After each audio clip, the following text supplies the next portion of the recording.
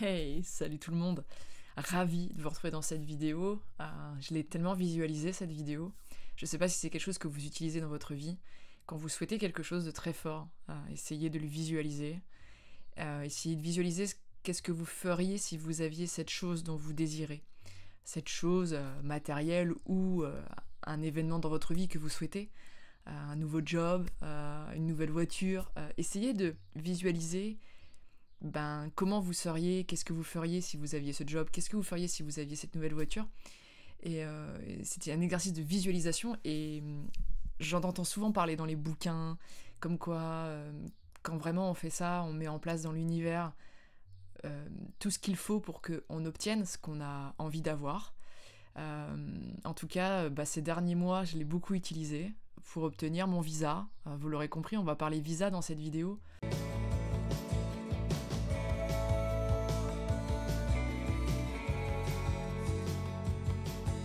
C'était extraordinaire de enfin arriver en Nouvelle-Zélande après ces 2 ans de pandémie. Pour ceux qui me découvriraient par cette vidéo, je suis française, aujourd'hui je vis en Nouvelle-Zélande parce que je suis tombée amoureuse d'une femme qui est kiwi d'origine, qui est néo-zélandaise, et j'avais assez rapidement décidé au début de notre relation que c'est moi qui allais la rejoindre.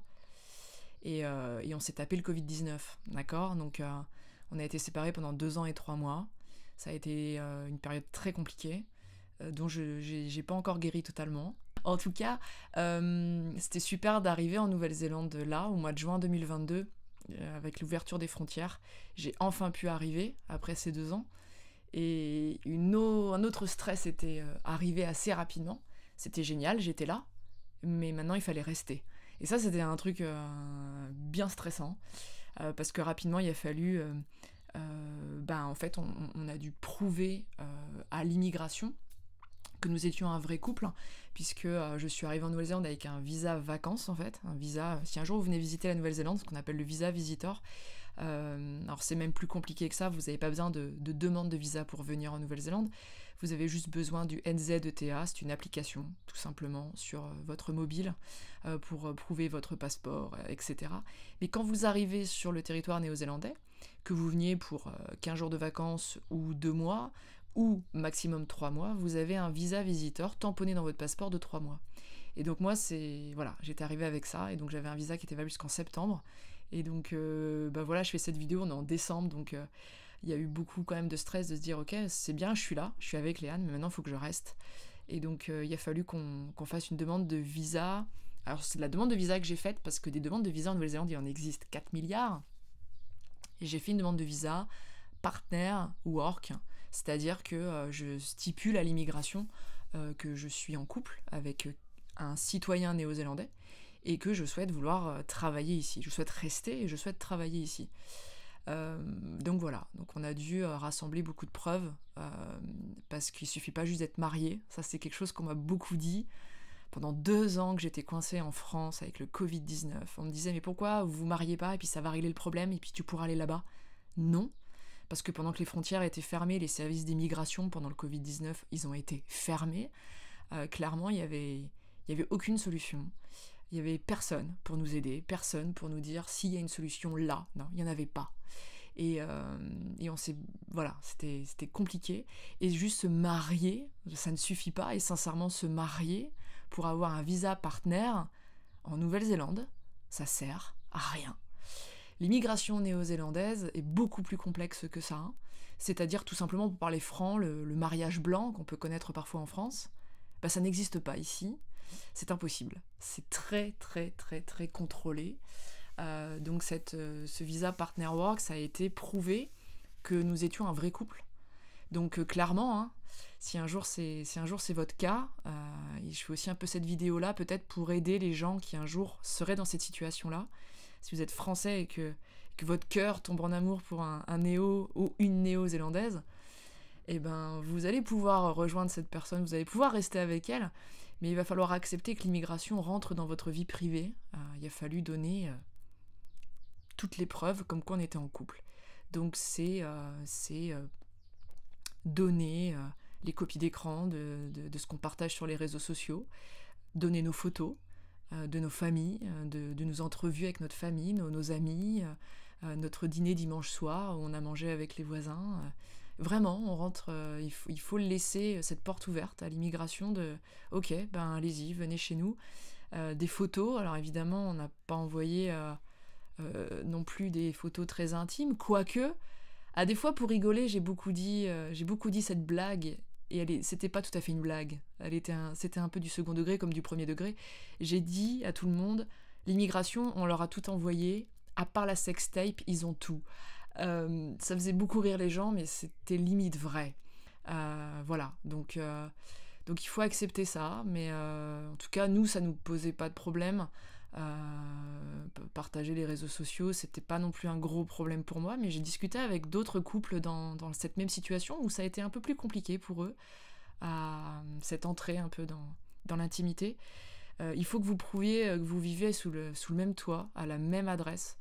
Alors ça, c'était aussi un peu fou parce que aujourd'hui, on reçoit plus de courrier, quoi. Clairement, je reçois tout par mail, on a des échanges avec notre famille par mail, on s'envoie des mails, on se fait des visios. Donc clairement, c'est terminé, quoi, l'époque où on s'envoyait des courriers par pigeon voyageur ou par avec un timbre, tu vois. Même ça, c'est devenu quasiment comme le pigeon voyageur aujourd'hui. Donc c'était un peu plus complexe. Voilà, je vais pas rentrer dans les détails de tout ça parce que cette vidéo serait trop longue, mais j'avais juste envie de partager avec vous par quoi on est passé. Et je suis très très heureuse de vous dire que ce visa work, je l'ai obtenu. Il y a eu 2 mois d'attente. Peut-être que j'ai trouvé que c'était long, mais ça peut être beaucoup plus long que ça. Voilà.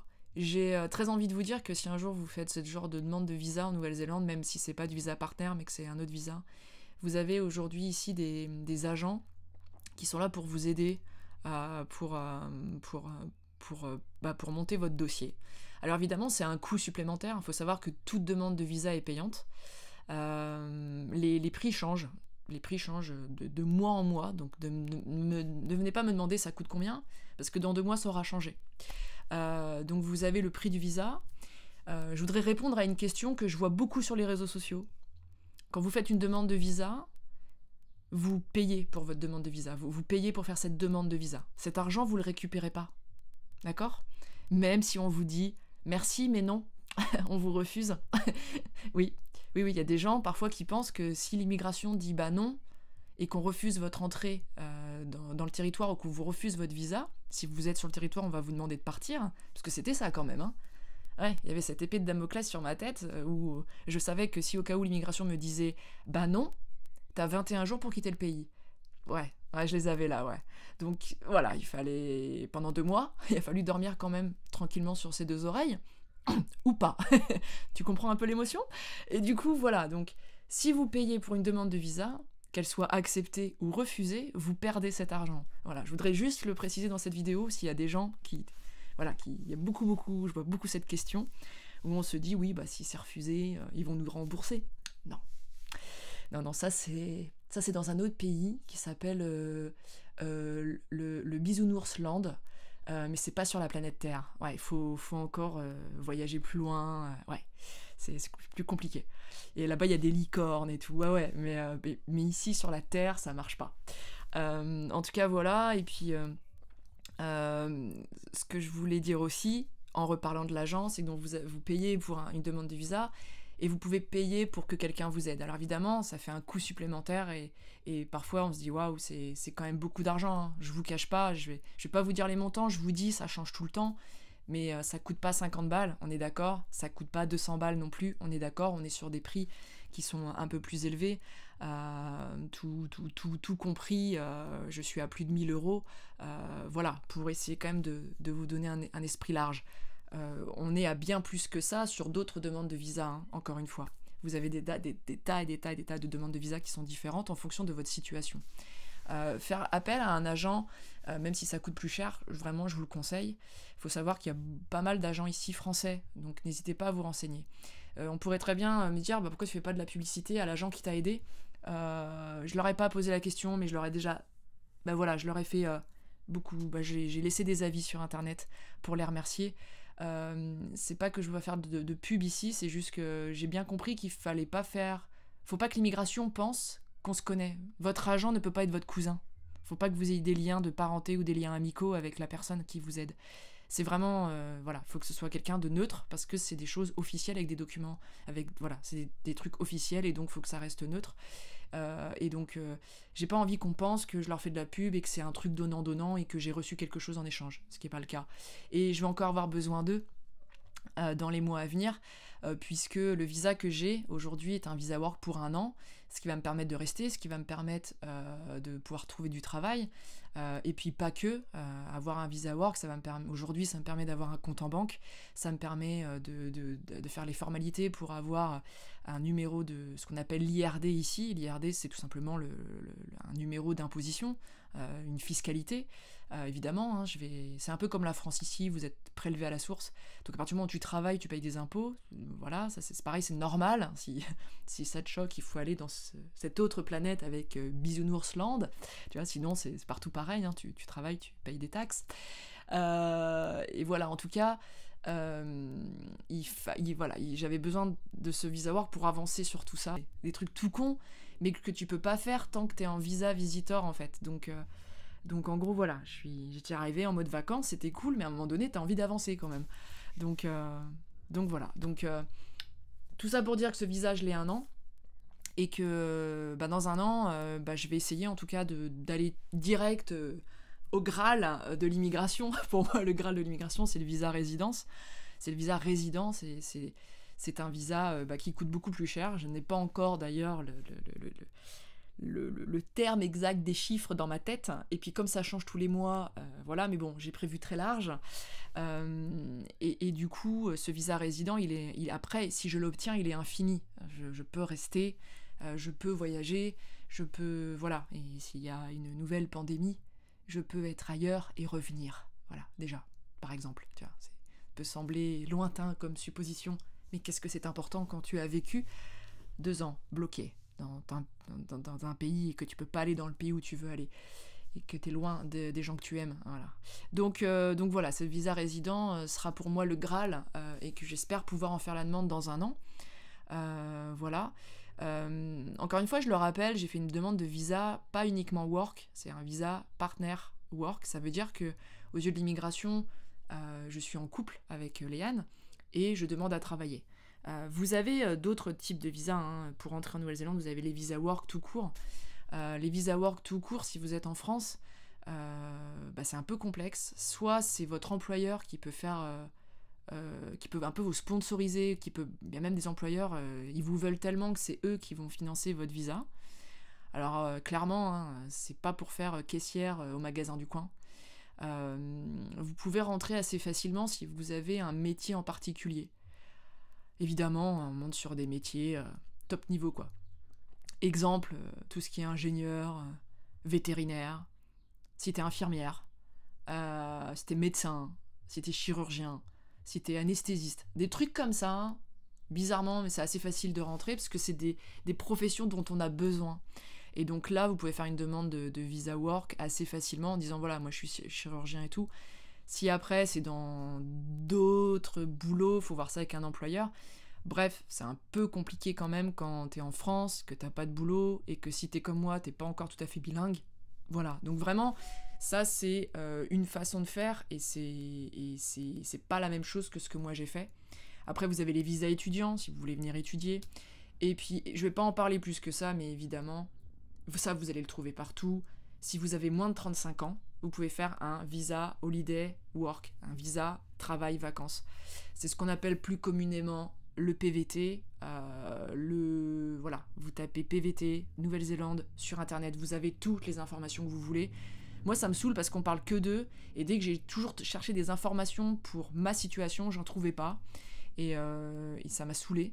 Les pauvres PVTistes, je leur en veux pas, hein, ils ont le droit d'exister, mais je trouve que, voilà, me dites pas que vous trouvez pas les infos PVTistes, parce que, voilà, il y en a plein, des sites internet pour parler des PVTistes. Voilà, je vous donne pas mal d'éléments, voilà. Si en tout cas vous avez des questions, parce que c'est votre situation, notamment si vous êtes en visa partner work et que vous avez des questions, n'hésitez pas à me les mettre en commentaire, je prendrai toujours le temps de vous répondre, même si voilà, c'est pas mon taf, mais moi je trouve que c'est cool quand on fait un truc aussi énorme d'avoir des gens qui nous aident.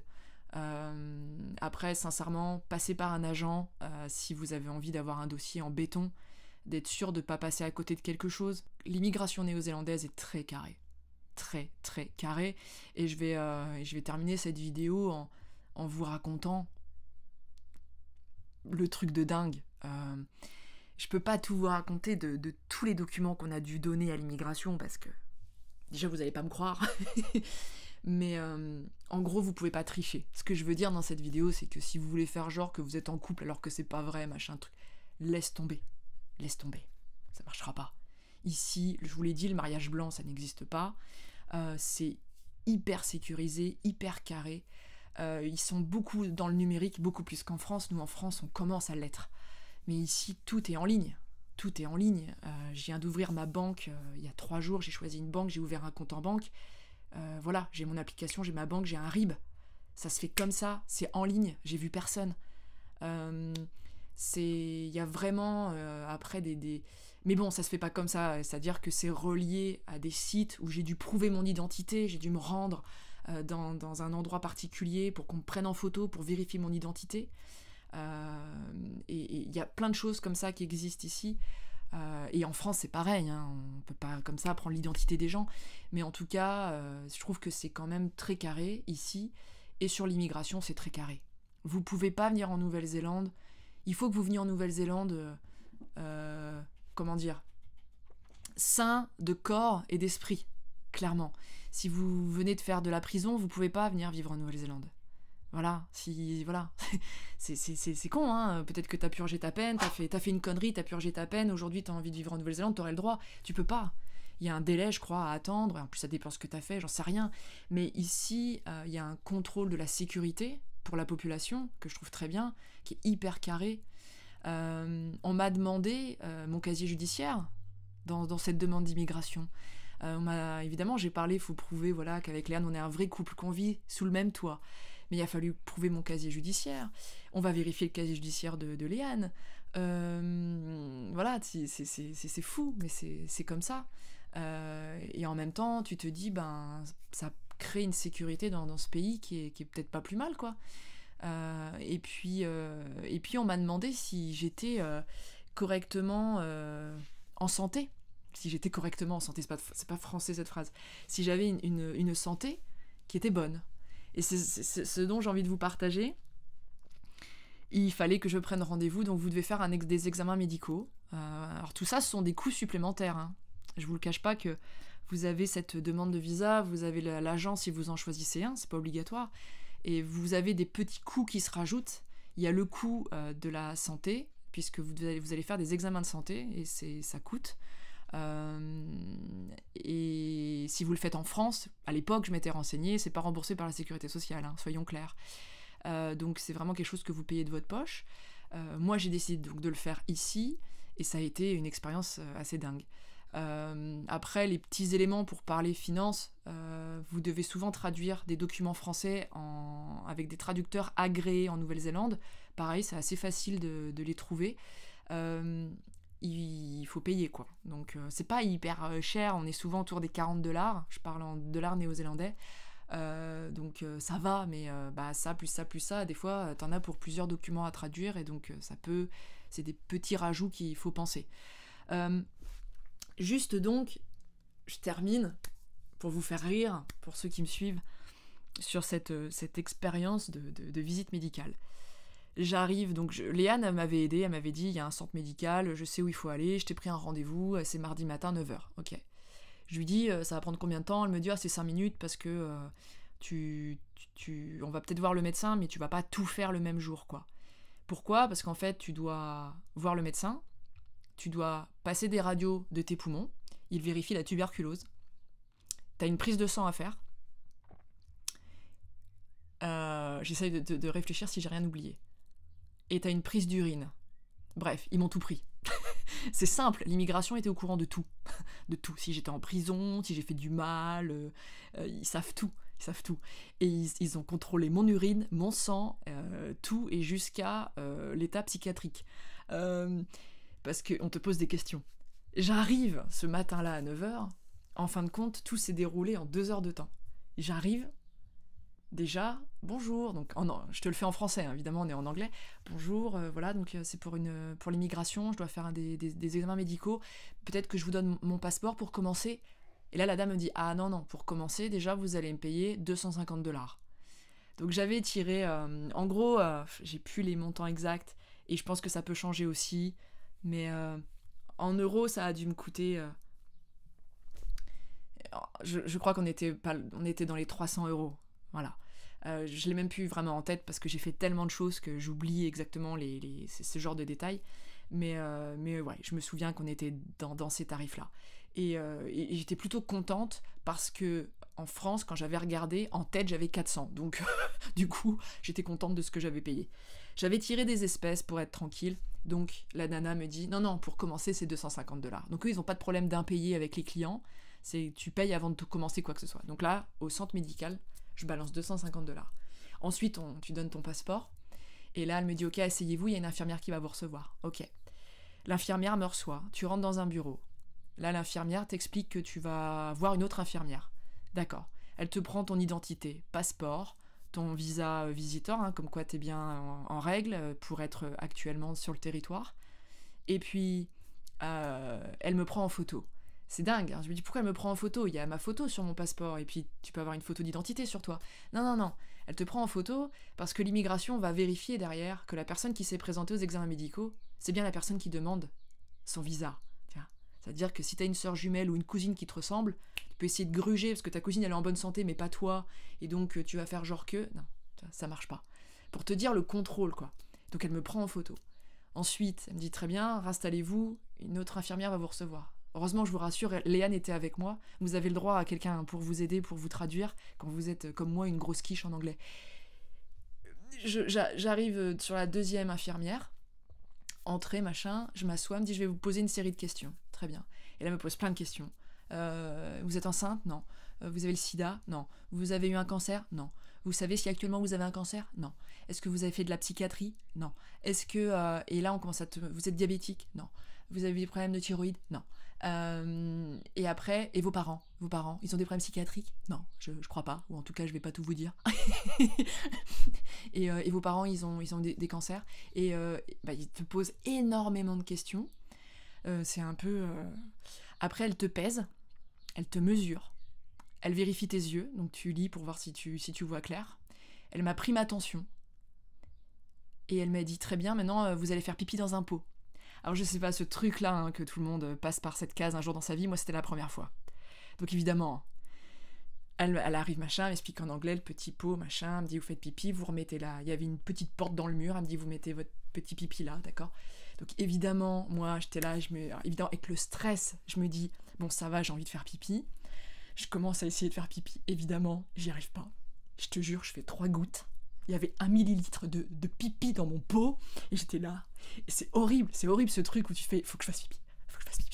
Et t'es là avec ton corps, tu fais, vas-y mon corps, fais pipi, parce que t'as pas envie de revenir, t'as pas envie qu'il y ait un problème. T'es comme ça en mode, pourvu qu'il n'y ait pas de problème.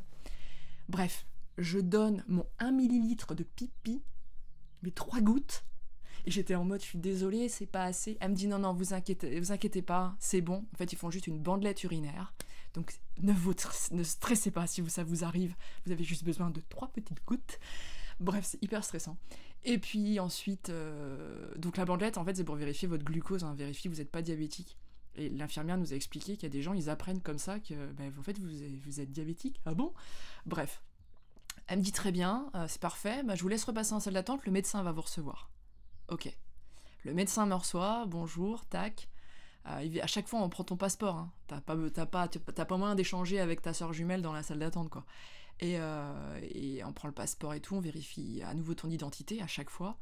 Il m'examine, il me pose des questions, si je prends des traitements actuellement, etc. Il me dit ok, allongez-vous sur le lit, sur le lit, c'est un peu sur le lit, sur le truc de consultation. Il m'écoute le cœur.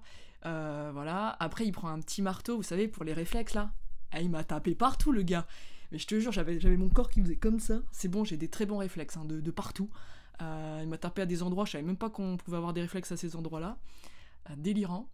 Et là, elle me dit, ok, c'est très bien, maintenant vous pouvez passer à l'étape d'après. Donc c'était juste à côté, un autre bâtiment, où on allait faire la radio. Je dis, ah bon, le même jour et tout? Il me dit, oui, oui, allez-y. Ok. Le truc, Léane et moi, on pensait que ça allait durer 5 minutes. Ben voilà, on était vraiment partis pour 2 heures. Mais n'empêche que faire tout ça en 2 heures, je me suis dit, c'est extraordinaire. Parce qu'en France, tu fais tout ça en à peu près 6 mois. Je sors de ce cabinet médical et je vais dans la pièce d'à côté, dans le bâtiment d'à côté. Bonjour, voilà, c'est pour passer une radio pour le service d'immigration. Peut-être je vous donne mon passeport avec les documents que j'ai eu du médecin. Et là, on me fait, non. D'abord, vous allez payer 150$. Je sais plus exactement si c'est ça, hein, les tarifs, mais... et en tout cas, pareil, pas de problème d'impayé dans ce bâtiment. Et là, donc, passeport, machin, les documents, machin, avec ta photo et tout, on te sort un dossier et tout. Très bien, installez-vous en salle d'attente, là, la radiologiste va vous recevoir. Ok. Et donc, on me reçoit, hop, t'arrives dans le vestiaire, il y en a qui me parlent super vite, je fais I'm sorry, I'm learning English, please speak slowly, quoi, sinon ça va le faire. La dame super gentille, elle me dit, bah en fait, vous enlevez tout le haut, là, on te donne la petite chemise d'hôpitaux, là, voilà, elle me dit, vous mettez, il y a juste à ça, il y a juste le haut, ok. Ensuite, vous passez la radio, donc vous êtes devant une plaque, machin, elle te prend tes poumons. Donc tu te vois bien, elle essaie de m'expliquer, moi je comprends rien, bon après j'ai compris en fait, elle prend les poumons normales, et après elle fait une prise radiologie avec les poumons remplis, donc, et tu dois bloquer ta respiration. J'attends que la radio passe. Ce qui était bien, c'est que comme je suis un peu dans le domaine médical, au niveau avec les animaux, et c'était très drôle parce que c'était un capteur plan, c'était exactement le même appareil qu'on utilisait pour les chiens et chats là où je travaillais avant. Donc je vois ma radio apparaître au loin et je commence à regarder mes poumons, tu vois, à me dire ça va, ils sont bien noirs. Si t'as des poumons bien noirs, c'est bon signe. S'ils sont blancs, c'est pourri, tu vois. T'as pas besoin de faire 20 ans d'études médicales pour comprendre ça. Et donc je vois mes poumons bien noirs, je fais bon, ça va, y a pas une merde. Je la regarde, je fais tout va bien, elle me dit oui, oui, tout va bien. Ok, elle me dit bah très bien, bah tenez, je vous redonne tous vos documents, vous pouvez vous rhabiller, et puis vous pouvez aller faire votre prise de sang. Ok. Et on continue. C'était à 100 mètres plus loin. Je vais faire la prise de sang. Bon là, il y avait énormément de monde, il y avait énormément d'attentes. Il y a encore, je sais pas si c'est lié, mais il y avait encore quand même avec le Covid, etc. Les labos sont un petit peu débordés. Pareil, hein, si tu veux un labo où on n'est pas débordé, il faut aller chez Bisounoursland. Et du coup, il y avait 40 minutes d'attente. J'ai dit non mais c'est bon, je suis là, vas-y. Donc Léane, elle était partie. Je dis je vais patienter là. Et pareil, bonjour, c'est pour faire la prise de sang, j'ai fait ma radio, j'ai vu le médecin, et là la nana fait oui, non mais d'abord vous allez payer 100$. Et donc, et toute la matinée j'ai l'impression de faire comme ça avec mes billets de banque. Et ok, vas-y, prends. Tiens, prends 10 de plus, j'en ai rien à foutre. Et donc c'était assez fou. Elle me dit très bien, asseyez-vous, et puis j'ai attendu un petit 40 minutes, ça m'a semblé assez rapide parce que je me suis occupée. Et du coup, prise de sang. Et là, on te prélève 2-3 tubes de sang. Et en fait, on vérifie tout, quoi. On vérifie l'hépatite B, l'hépatite C, on vérifie si t'as pas le sida, on vérifie ton glucose, on vérifie si t'es pas anémié. Vraiment, c'est un check-up total. À part le scanner et l'IRM, je crois quand même que j'ai tout fait. En tout cas, c'était fou. Et ce qui était très drôle, c'est que la nana finit de me prendre mon sang et elle me dit bon bah voilà, vous avez terminé tout ce protocole pour l'immigration.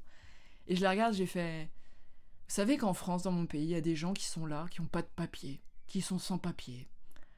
Et elle me regarde, mais elle a cru que je blaguais, quoi. Elle m'a fait really? Et j'ai fait yes. J'ai yes. Et je fais vous, en 2 heures de temps, vous m'avez posé plein de questions, vous m'avez pris ma tension, vous m'avez mesuré, vous m'avez pesé, vous avez vérifié mon urine, vous avez pris mon sang, vous m'avez posé des tas de questions, j'ai vu le médecin, on a écouté mes poumons, on a écouté mon cœur, on a... Waouh. Et elle était un peu surprise de se dire que... Genre, elle pense que c'est comme ça partout dans le monde, quoi. Bah non. Bah non, pas du tout. C'est assez drôle, ce paradoxe énorme. Je crois que c'est un grand débat, hein, l'immigration dans tous nos pays, et l'immigration en France, c'est un grand débat. C'est un grand débat qui est sans fin. C'est juste que j'ai vécu cette expérience. de passer, voilà, d'avoir tous ces documents, prouver que Léane et moi on était en couple, en envoyant des photos de notre intimité, voilà, en prouvant avec notre adresse, tous nos courriers qu'on recevait dans la boîte aux lettres, on les prenait en photo pour preuve, et puis tu fais pipi dans un pot, et puis on te demande ton casier judiciaire, ça te coûte un bras, et à côté de ça, j'ai cette vision qu'un jour je suis allée à Marseille. Désolée, hein, ça donne pas une belle image de Marseille. J'ai la batterie de mon PC qui commence à mourir. J'étais à Marseille et il y avait un gars qui m'accoste sur le vieux port de Marseille. Et il m'accoste et il me dit « Je veux me marier avec toi ». Et j'étais morte de rire. Et j'ai fait, bah non, on va pas se marier ensemble. Je pars en Nouvelle-Zélande et tout, je rejoins ma copine. Il fait, ah ouais, d'accord, ok. Et j'aime bien discuter avec les gens comme ça. Il est évidemment d'origine arabe. Je dis pas ça pour avoir une connotation raciste, etc. Et les gens qui me connaissent savent que je suis très loin de ça. Et c'est pas en votant d'ailleurs Front National ou Éric Zemmour que ça changera quelque chose. Je suis partie dans un débat politique. C'est juste que je veux raconter cette histoire. Et je lui dis, tu viens d'où? Et il me dit, je sais plus, je crois qu'il venait d'Algérie. Il me dit, je viens d'Algérie. Et je lui dis, t'es venu comment? Il fait, oh, je suis venu en bateau. Ok. Et je lui dis, t'as des papiers ici? Il fait, non, moi pas papier. Moi pas papier. Mais je lui dis, t'as pas de problème? Il fait, non, moi pas de problème. Et je lui avais dit, mais tu fais quoi de tes journées? Et vous savez ce qu'il m'a répondu? Il m'a répondu, je travaille. Je sais, comment ça tu travailles? Il me dit, je travaille, il y a un gars qui me paye et je colle des affiches dans le métro. Et c'est juste cette histoire-là, de cette rencontre que j'ai fait avec ce garçon qui était très gentil, et que je lui ai souhaité le meilleur, et parce que, voilà, au-delà de la complexité qui est l'immigration dans le pays qu'est la France, je trouve que, voilà, la France est un pays multiculturel où, voilà, et encore une fois, j'ai pas de réponse à cette problématique. En tout cas, c'est juste quand je vois la différence entre l'immigration néo-zélandaise et l'immigration en France. Alors évidemment, hein, on va me répondre, oui, bah c'est facile, c'est une île entourée de flotte, donc voilà, nous on n'a pas de kayak, il n'y a pas de canoë qui arrive chez nous, hein, c'est pas possible. Mais c'est juste quand même cette image que j'ai de ce jeune garçon avec qui j'ai parlé, qui m'a dit ça, où je me suis dit qu'il y a quelque part quand même un mec à Marseille qui profite de ce système d'immigration qui fonctionne pas très bien, pour sous-payer, sûrement au black, même sûr, un gars pour aller coller ses putains d'affiches. Donc en fait, je sais pas trop à qui il faut jeter la pierre. C'est peut-être pas aux migrants en fait. Il y a peut-être d'autres personnes autour où on peut leur jeter la pierre. Et moi, tout ce que j'ai dû faire pour arriver et pour rester. Voilà, ça c'était juste... c'était juste cette comparaison-là que j'avais envie de partager avec vous, sans partir dans un débat politique et de ce débat de l'immigration, et qui est un grand débat bien complexe, et qui peut aussi être complexe ici, parce qu'il y a beaucoup de gens qui se plaignent que c'est trop hard ici, que c'est trop compliqué, trop dur, que ça demande beaucoup d'investissement, beaucoup d'argent, de stress. Mais bon, c'est comme ça. En tout cas, voilà, j'avais envie de partager tout ça avec vous, et je suis tellement heureuse d'avoir fait cette vidéo que j'avais tant visualisé, en me disant... J'aurai mon visa work, je vais l'avoir, tout va bien se passer, et je ferai une vidéo pour en parler. Voilà. N'hésitez pas si vous avez des questions concernant ces histoires de visa, surtout si vous êtes sur un visa partner work, parce que c'est vraiment celui que j'ai demandé, si un jour ça vous concerne et que vous êtes tombé sur cette vidéo. Merci de l'avoir regardé jusqu'au bout, je vous souhaite le meilleur, et je reviens très vite pour une nouvelle vidéo que j'avais aussi très envie de faire, et j'attendais ce visa work pour pouvoir raconter cette histoire. Ma prochaine vidéo s'appellera, je pense, Les anges gardiens existent. Ouais. Je vous laisse là-dessus, avec un peu de suspense, et je vous raconterai ce qui m'est arrivé à l'aéroport, le jour où je suis partie de France et que je suis arrivée ici. Parce que ça, je ne l'ai pas encore raconté. Et je peux vous dire que c'est du lourd. Bisous, prenez soin de vous.